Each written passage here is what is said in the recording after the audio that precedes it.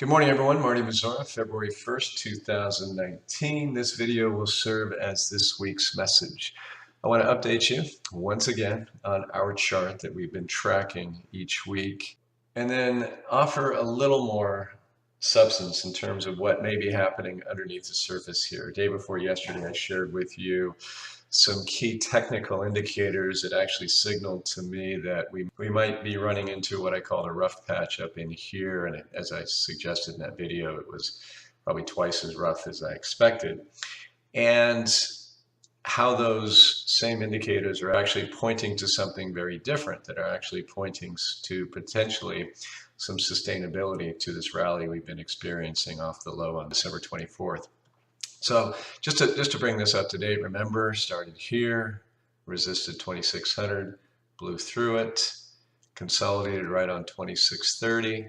I said the other day, we could break through this double resistance here. We did, no problem, didn't even come back and test this trend line. And then I said that 2700 could be some resistance, and here we are, closing yesterday just above it, opening down right on it today, and then having a nice looking bar about halfway between the low and the high of the day as I speak to you here at the moment. 200-day moving average will be interesting to see if the S&P can break through there as well. Lots and lots of resistance here at 2800 ultimately, if and when we get there. I'm sure it's a win, but whether or not we descend back into these low areas first, of course, remains to be seen. So again, this is bullish. Holding this 2700 level right here shows that the bulls are indeed in charge at the moment. Of course, in today's environment, with all the geopolitical stuff going on, as we've discussed here, anything can happen, and it can happen in a hurry for sure. Okay, so over the years, I've talked at times about the emotions of investors and contrasted the fear of losing with the fear of losing out. If you can identify a moment in time where the fear of losing seems to prevail amid a backdrop that actually suggests that fundamentally things are probably okay, that's when you get big moves in the market. Although we don't have all of the headwinds abating just yet, clearly that is what the market is anticipating. Okay, so let's just let me just show you what this looks like in terms of some of the indicators we track. I've talked here lately about short interest, and those are folks who are betting on a decline by selling borrowed shares at a certain level of a stock or an index, expecting it to drop, and buying back those shares, replacing them to the lenders, and they buy them at a lower price, of course, pocket the difference. You can make a lot of money shorting, but you can also lose a ton of money shorting as well if the stock goes up and leaves you behind. Here's the actual short interest, the number of shares shorted on the S&P 500 index, ETF, SPY. And here I show you a one-year chart. You can see that we just went above the yearly high here right at the end of December with 208 million shares shorted. That would clearly represent a lot of fear in the market, fear of losing for the average long investor, folks who hold shares or who would normally hold shares. Here, obviously, short sellers are expecting to win if the market indeed were to fall out of bed. And as I've illustrated for you, again, when the market moves through levels where those shorts are sitting, if it moves through with momentum, those shorts will cover. And when they cover, the market rallies in a big way.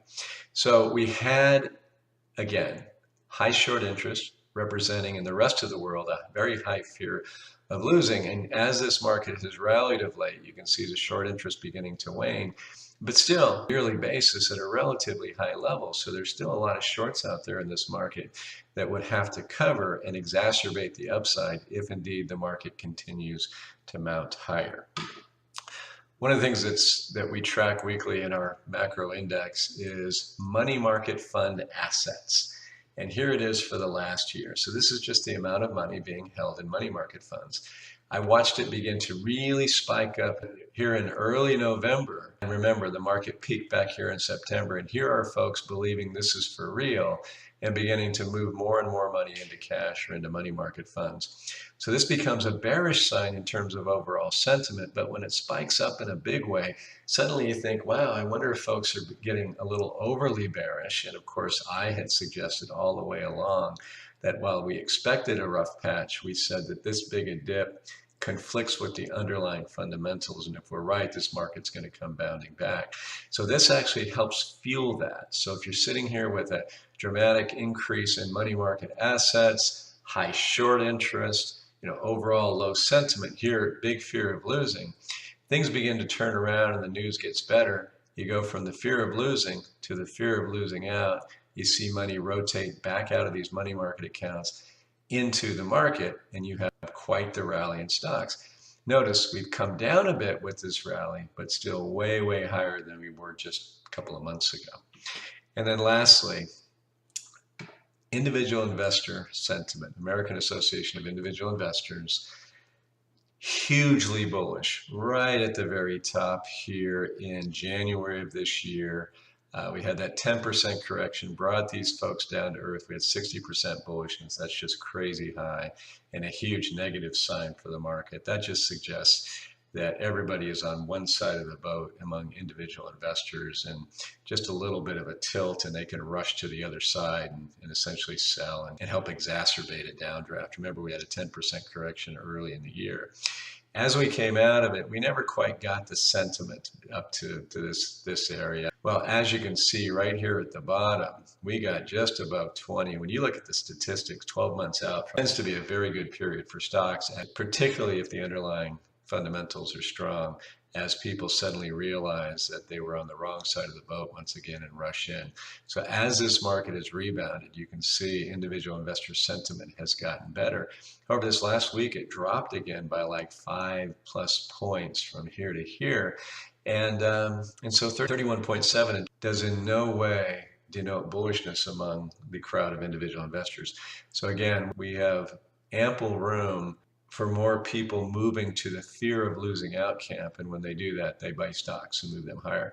So while a retest of this particular low almost always happens in these corrections, the internals are telling me it's more likely that this market continues to find a level, consolidate like you're seeing here, find a level, consolidate, and so forth. Now, having said all that, if the trade talks fall apart, I can tell you that there is a huge possibility that we're going to come all the way down and at a minimum test this low. Brexit falls apart. We don't get a workable deal between the European Union and the UK. That's going to be ugly as well. But if we have a trade deal with China to offset that, that'll mute some of that ugliness. If both of those happen, we're going to have a real rough go of it. So there is real risk in the market. I'm sure there are other things that we could think of to worry about. And that's a good thing, because that worry keeps that fear of losing out there to some degree, which means that if and when these winds abate, then you've got a lot of people on the wrong side of the boat that rush over. And that's how we get back up here to all-time highs and beyond. And if the fundamentals globally start improving as a result of that improved sentiment, then we have this bull market sustainably moving into new all-time high territory. So folks, I'll leave it there. Again, this would be officially this week's weekly message. Doesn't mean I won't think of more to offer up over the weekend. But in any event, I hope you have an enjoyable weekend, and I'll talk to you again very soon. Take care. Bye-bye.